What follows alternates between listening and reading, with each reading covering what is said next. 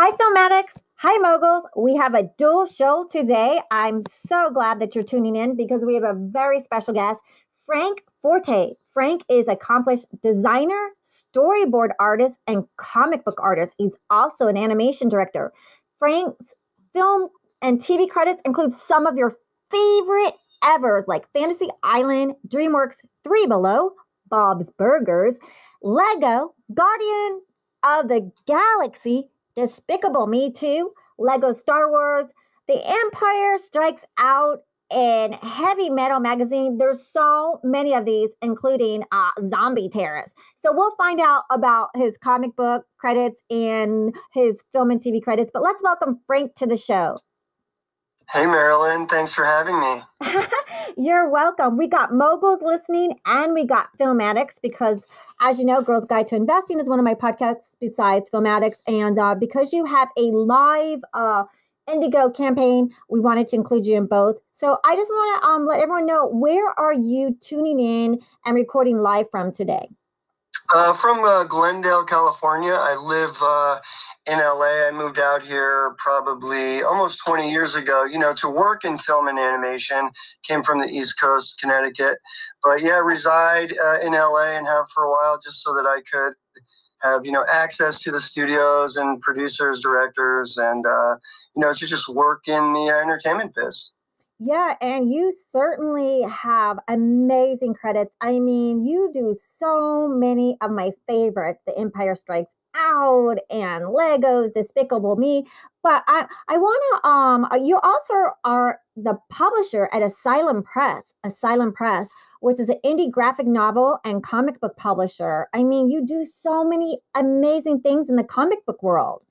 Yeah, I do. I've been publishing comic books through Asylum Press, which is my little publishing company. I publish my own work as well as collaborations with other people. I published Steve Mannion's Fearless Dawn comic book, Robert Rhine's, Satan books, which is like Satan Gone Wild, Chicken Soup for Satan. And these sound crazy, but they're really like comedic horror anthologies. So I've been doing that for a while just because I love the comic book medium. I love how you can tell stories and get your work out there for a relatively low price. Like compared to film, you can create a comic book for virtually nothing and start building up a fan base of readers for your work. So I've been doing comics since the 90s and I've always loved them. But, I did want to transition into film. And that's why, for me, storyboarding was something that I could easily do because I was already into telling stories visually in comic books, dramatic lighting and composition and how characters move and how they talk and what a scene looks like. So when I got a script, it was just natural for me to start visualizing it. So when I came out here, I worked in animation first, storyboarding for some animated films and some TV shows, and gradually moved into storyboarding for live action. And I think the first live action film I did was 2001 Maniacs, which was like a horror remake by Eli Roth's company. And from there, I just kind of, you meet people, you kind of move your way up, you do little indie films, and then you start working on bigger productions. And my most recent production in film and TV was Lovecraft Country. I was one of 3 storyboard artists on that show. And, we storyboarded all the visual effects and like kill scenes and monsters and gore. I mean, it was just really fun to work on that show. So that was the most recent thing that I worked on, the most high profile project. But yeah, I go back and forth between comics and film. And I just kind of like the way the two kind of merge together. And it's like you can, if you're a storyteller, you can work in both. Like Kevin Smith, for instance, he writes comic books and writes movies. And there's a bunch of other, like Keanu Reeves just did Berserker. That's a comic book based, I think, on one of his characters. Boom is publishing it, but they're going to make a movie into it. So I think a lot of people like comic books for, being able to launch a relatively inexpensive, either it's an IP or it's just a story, or maybe you don't even want it to be a movie. You just want it to be a comic book. A lot of people just want their comics to be comics, and you can do it relatively easily. So yeah, it is a great medium. Wow. So we're going to ask you, So let's find out how it all started. So growing up as a kid, did you have a favorite film? I grew up watching cartoons as a kid. That was my first thing, like Warner Brothers and Hanna-Barbera stuff. And as a teen, I loved the horror movies, From Beyond, Reanimator, you know, um, Evil Dead and all that stuff. Love the 80s horror gore, like VHS tapes. But for a favorite film, if I were to say the favorite film, and you got to bring it down to just one, I think Apocalypse Now. I think that is always one of my favorite films. Oh wow, Apocalypse Now. So I don't know if like our younger generation or TikTok even knows about that. Can you tell us a little bit about your favorite character and some scenes in that so they can kind of like maybe go check that movie out? It's really great. It was with Charlie Sheen and oh gosh, who was the guy that's on was in every almost all the great movies? What's his name? The photographer? Oh, so that was I'm drawing a blank. Oh my Yeah, gosh. so Francis Ford Coppola directed it, and Marlon Brando and Martin Sheen have a great scene. Robert Duvall plays one of the characters. Lawrence Fishburne is in it when he's younger. Harrison Ford's in it when he's younger. Dennis Hopper plays the photographer. But it's just a really dark story of a group of Vietnam soldiers who are going down this river to take out this rogue. I think he's a general. No, he's Colonel Kurtz. That's who it is. They're going to take out this rogue Colonel Kurtz who has gone into the jungle and like set up this cult. And it was based on this. It was a book called Hearts of Darkness, I think it was. It was based on a book where this pirate ship, I think, goes up the Nile River. So they took that story. It was either the Nile or the Amazon. They took that story and placed it in Vietnam and updated it.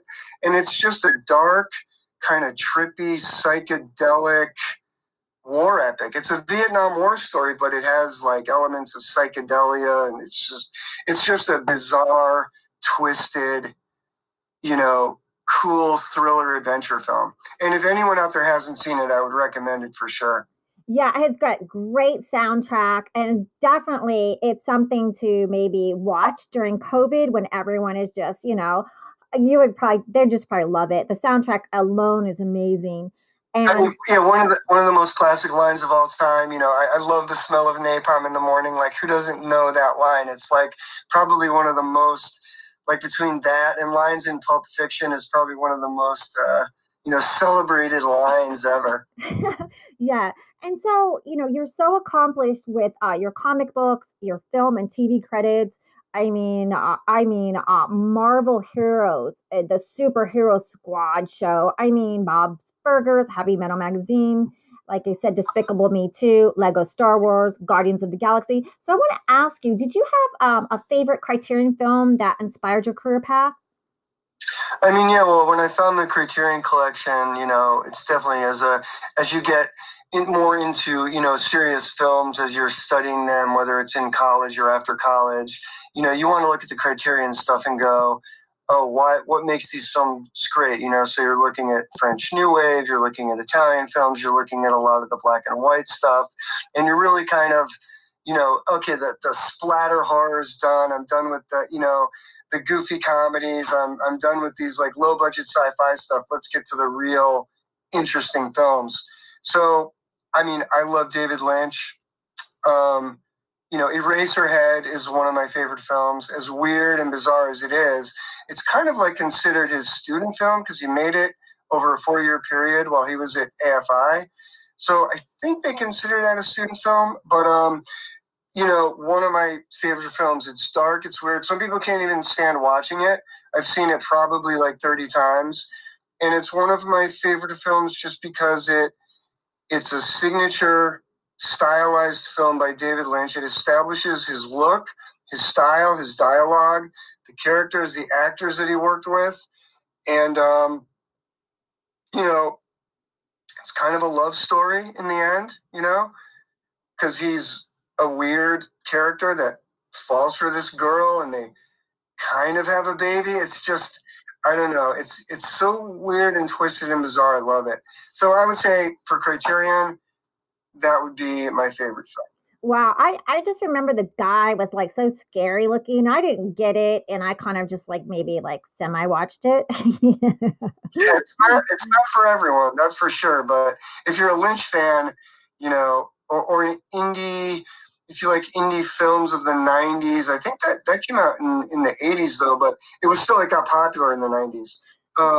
You know, I loved it. Yeah, I went to someone's house. I forgot his name, but it's like Brocklehurst or something's house up in Hollywood Hills. But he had like one of those horror film guys with all the needles. Was like Pinhead or something. He had that what is it? The prop with all the needles on the person's head. Oh yeah, Pinhead character. Wow, he had that, huh? Cool. Yeah, well, he was the producer of that, and then my friend was there, and she actually got to do soundtrack on one of his horror films. Something like "Step Into My Garden," like where the people were eating food, and the people were buried in the garden, and they were eating people. It was like real, very creepy. It was a very creepy house. You're like very creeped out. You're like, oh, what's that? That's that horror movie. So when you say Eraserhead, it kind of reminds me of the Pinhead guy. Right. So speaking of, do you, because your comic book, you actually storyboard and you are an animation director. So I was wondering, like, do you have a favorite director film shot that you'd like to maybe share with us? I mean, there's so many to choose from, right? I mean, I think so. I mean, Pulp Fiction's another one of my favorite films, right? So I think the scene of John Travolta and Samuel L. Jackson coming up the stairs to invade those guys' room that have the briefcase. Just the suspense of them being so nonchalant as they walk up to that room. I think that's where they're talking about the burger, right? They're going back and forth about the burger. And then they get into the room and all of a sudden it's like immediately violent. And I just love the way he built up the suspense where they're just like casually talking, but you can see these kids who are holding this briefcase. They are seriously nervous and they know that they could possibly be killed. And it's just the back and forth and the way they go through that scene and the dialogue right before the guns come out. I don't know. I mean, so many shots in that movie are great, but that's just one that stands out to me for the suspense, Oh, I love that. Like talking about the burger, like you said, just so casual. And then when he opened the door, it's like exactly intention was there. Really great guy. I got to meet him with Paul Thomas Anderson. He's so nice. Oh, cool. Yeah, he was super nice. And you're just like, oh, you're like, oh, I'll pick me for a film, anything to be in a film with you, right? Ha ha. So yeah, just let me. Can you shadow me as a director? I don't have a guy mentor, to show me how to direct a film. The things that you really want to ask him besides like, oh, can I get you out anything else? Any more tea, sir? I was a waitress when I met him, so. Right. Yeah. Wow. Cool. Would you like some more tea? Sugar with the coffee? Right. You're like, and the whole time you're like trying to be professional. You're like, oh my gosh, it's Kill Bill. Yeah, exactly. So, but really, yeah, that's wild. Yeah, really nice guy. He remembers me because when he says, "Oh, this is Paul Thomas Anderson," they go, "PTA, the frogs." He goes, "Oh, he'll never let me forget yep, the frog guy." So that's awesome. So speaking of, we love David Lynch, we love Quentin Tarantino, but I want to know, like, you said you came from, moved from Connecticut. So how did you start? Like, did you play when you were growing up, Cowboys and Indians, or are you allowed to say that anymore? Yeah, I mean, I guess when I was younger, sure. I mean, I was always drawing comic books and always, I was an only child, so I was always, being creative with whether it was drawing or writing my own stories. And after college, I was submitting comic books to the publishers, Marvel, DC, getting rejected. And then I met some people that were self-publishing, the guys that were doing Cry for Dawn. And I was like, how did you guys put this book out? They're like, well, we just self-published. We went through a distributor and we paid for the printing and we got orders and we shipped them out. I'm like, wow, you can do that? How do you do that? So they kind of taught me how to self-publish. And ever since then, even though I've been published by other publishers, I prefer self-publishing because it's just easier. I can come up with a story. I know how to work with distributors. I know how to do a print. I know how to market.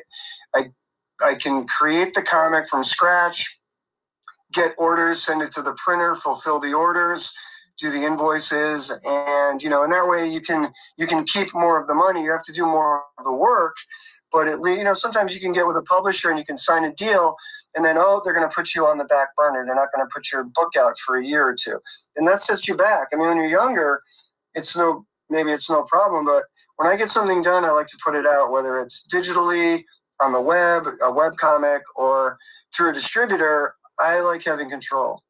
So it's not really that hard if you learn how to self-publish, and you can talk to Diamond Comics distributors or IMG, Independent Publishers Group, or Ingram.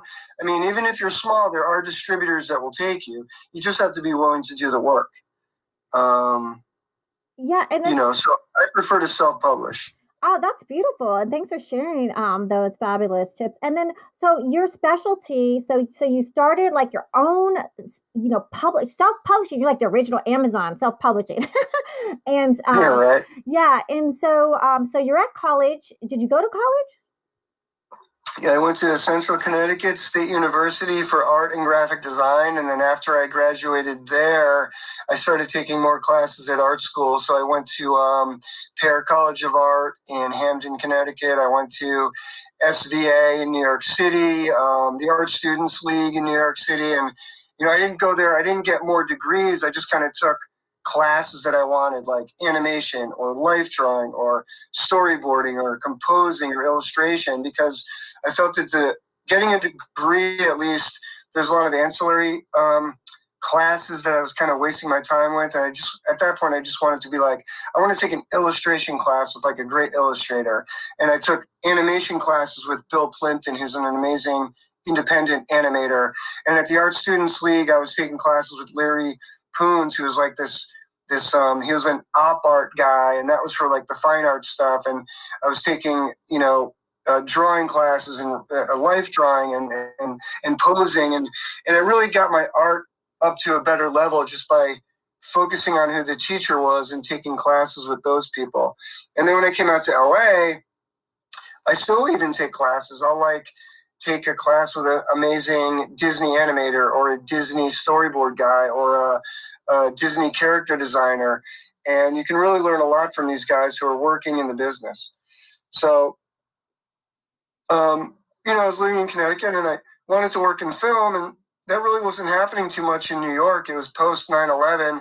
New York was a little bit shaky, and there really weren't that many animation studios there. And I knew there were a ton out in LA. Everything, Disney, DreamWorks, Cartoon Network, Nickelodeon, all that stuff. So I moved out, and pretty soon after I started getting work just by banging on doors and networking.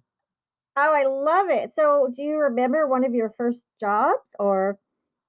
My first job out here was doing background design on a thing called Little Pimp, which was set up at Revolution Studios. And I did background design there. And it was pretty fun because it was my first job at a studio. We were right down near where Larry David was. You'd see him walking around. Ice Cube was in the studio working on stuff. So you'd see these celebrities. So it was really like this, wow, I'm in Hollywood, and there's like directors and stars walking around. It was this little studio in Santa Monica, but there were other little studios set up where it wasn't a big studio lot. Oh, and then the Buffy lot, the Buffy set was right near there. So like you could look over and go, that's the Buffy, I think it was the downtown area. And Buffy was still shooting. I think it was 2002, 2003. And you could peek in there and see like the Buffy set. So I thought that was pretty cool too. I bet you they're going to reboot the Buffy Vampire Slayer because they're rebooting every single thing. They will. I bet you. You're right. I guarantee it. Yeah, and it's like, come on, give some new people that are amazing and smashing it. Like Frank Forte is smashing it in the comic book, right? And also Marilyn smashing it with the kids content. Hey, number one around the world. Hello, give us a chance because we've proven ourselves. But anywho, we'll see a lot of remakes and reboots, which is great. We love them, but I mean, hopefully Italians. Original. Yeah, and hopefully Italians considered. Aren't we like Italians? We need more Italians in there, right? More Italians and more Italian filmmakers. Yeah, we need Italian channel. Right. Has there ever been an Italian comic book like like with an Italian character, or is? Yeah, I mean, there's a lot of Italian comic books. Like Dylan Dog was one that's a famous Italian creator. Rank Xerox is another by Tinino Liberatore. There's a whole Italian a version of Italian manga. Like there's a European manga that comes out, and there's a lot of Italian guys that do that. So there are. It's just a lot smaller. The Italian comic book community is a lot smaller than the biggest one outside of America is obviously France, then the UK, then I think Germany. But there's a lot of great books that come out of Italy. Yeah, well, I mean, just like Italian, like the character's Italian. Did you say somebody Xerox is the character's name? Oh, Rank Xerox. Yeah, it was a character that came out in the 80s and was published, serialized through Heavy Metal magazine, and Catalan reproduced some of the graphic novels in collected editions. Yeah, it was like a robot. He was a robot, and his name was Ranks, but it was like Xerox. So Rank Xerox is the name of the character. I like that too. And you know, what speaking of, so you also we can probably like talk a little bit about your Indigo campaign. Do you want to talk about that real a little bit? Yeah. Yeah, sure. So one of my comic books was called The Vampire Verses, which was the story of an exotic dancer who unwittingly gets turned into a creature of the night. And when she wakes up and realizes she's a vampire, she realizes she's part of this vampire prophecy called The Vampire Verses, where these three warring vampire clans are trying to get with her to use her in a ritual to extinguish the other vampire clans and become like the ultimate power holder of vampire energy. So it's on Indiegogo now. It goes for another 25 days. And if you just look up the Vampire versus Blood Rights sketchbook, what it is it's kind of an art book sketchbook of the Vampire Versus. So if you're not familiar with the series, you could buy the sketchbook art book and kind of be introduced to it. But the first four issues of the comic book are also available there, so you can get the first four issues, which is the first story arc, the sketchbook, and a bunch of other stuff like original art. You can get alternate covers. You can get, there's a print available. But that's one of the comics that, you know, I published in the 90s, and I'm getting back to it now. Like during COVID, I haven't been storyboarding as much, so I'm getting back to doing, you know, my comic books. So Vampire Versus is one. War Lash, which is like an armored character similar to RoboCop or Judge Dredd. I've got Zombie Terrors. I've got Undead Evil, which is kind of like a Lovecraftian voodoo tale. I've got all these stories that I created in the 90s and then kind of never finished them or never put them out in a graphic novel form. They were always just single issues. So I'm kind of using Indiegogo and crowdfunding and all this time to kind of finish off my own properties and comic books and stuff. They sound fantastic. Can you say them again? Like you do you have like several books that are being funded or one at a time you're going to be doing? One at a time, right now, just the Vampire versus Blood Rights sketchbook is up there. But after that, I might do a War Lash book. Undead Evil, Beyond Doomsday is another one that's an anthology of post-apocalyptic tales. I mean, if you go to asylumpress.com, that's my publishing company, you can see a bunch of the titles up there. I mean, we could go through each one of them, but I mean, I could go on forever. But the comic book medium has always been really fun for me. And I think a lot of people, look at how many graphic novels now get turned into films or TV shows. It's because it's a great medium to tell a story, and people still like to read, you know, the page where where you're still, you know, using some of your imagination to see where the action goes, or what does the character sound like, or, you know, what happened in between the scene. Or you could just look at these drawings and it's just like the pages just kind of explode out into your mind. Like there's something about comics and graphic novels that I always loved as a kid, and I was into them, you know, before there were video games. You know, it was like comic books were something you went to because, you know, either your parents wouldn't let you watch TV all the time, or you could just be in your room alone. You could carry a comic book with you to school. You could whip it out during lunch. I mean, I don't know. There's something about comics that I just truly love. Now, do you like the pages, or how do you feel about the digital? Do you like them digital or the pages, right? The actual book itself? I mean, I read digital comics, and I know web comics like Webtoon and Tapas and Graphite are big for younger readers. And I put some of my comics out on those platforms just with the hopes of getting to this younger reader where there's millions of readers reading in this format. And I like checking out some of the stuff that's being done because some of it, they have animated GIFs and some of the cool stuff on Webtoon, like Lore Olympus is one of the more popular ones. I like to check out, sure, what's there and what's popular. But I prefer, going to a comic book store, buying a comic book, reading it, or just sitting back to a graphic novel with some music on in my house and just reading it, smelling the pages or buying old comics. That's what I prefer, but I'm not like totally against digital. But I think a lot of people that read comics prefer to read comic books. But I think when it comes to Webtoon, there are millions of readers that prefer Webtoon, and these are younger readers. These are like teens and people in their 20s that I think prefer Webtoon over the comic. So there is it's kind of split. Oh, nice. So, yeah, and what's the difference between you do adult comic books and there's Magna and can you explain a little bit between adult and Magna? Like, what do you mean, Magma? What do you mean by comics? Like, right? Are they like different, the comic book styles?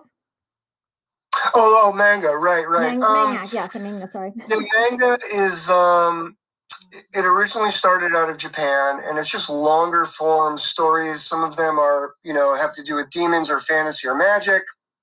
But the manga style it comes from everywhere. Like there are French manga artists and American and Italian. I think it's just a way of telling a story that focuses on the character, but it's done in the Japanese style, but you have your own take on it.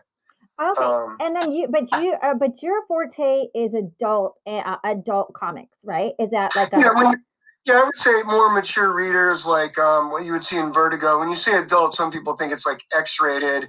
I wouldn't say it's X-rated.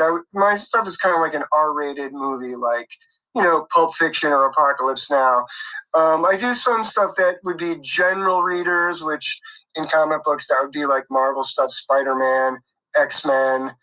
But yeah, my stuff would be considered a little bit edgier, like Vampire Versus, Hex of the Wicked Witch, Warlash.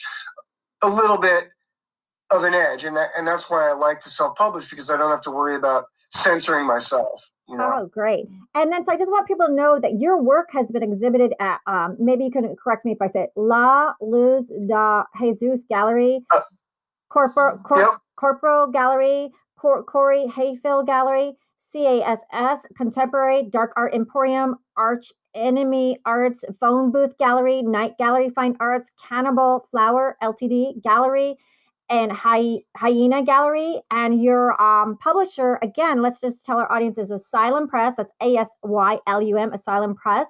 And let's go over your campaign real quickly before we go.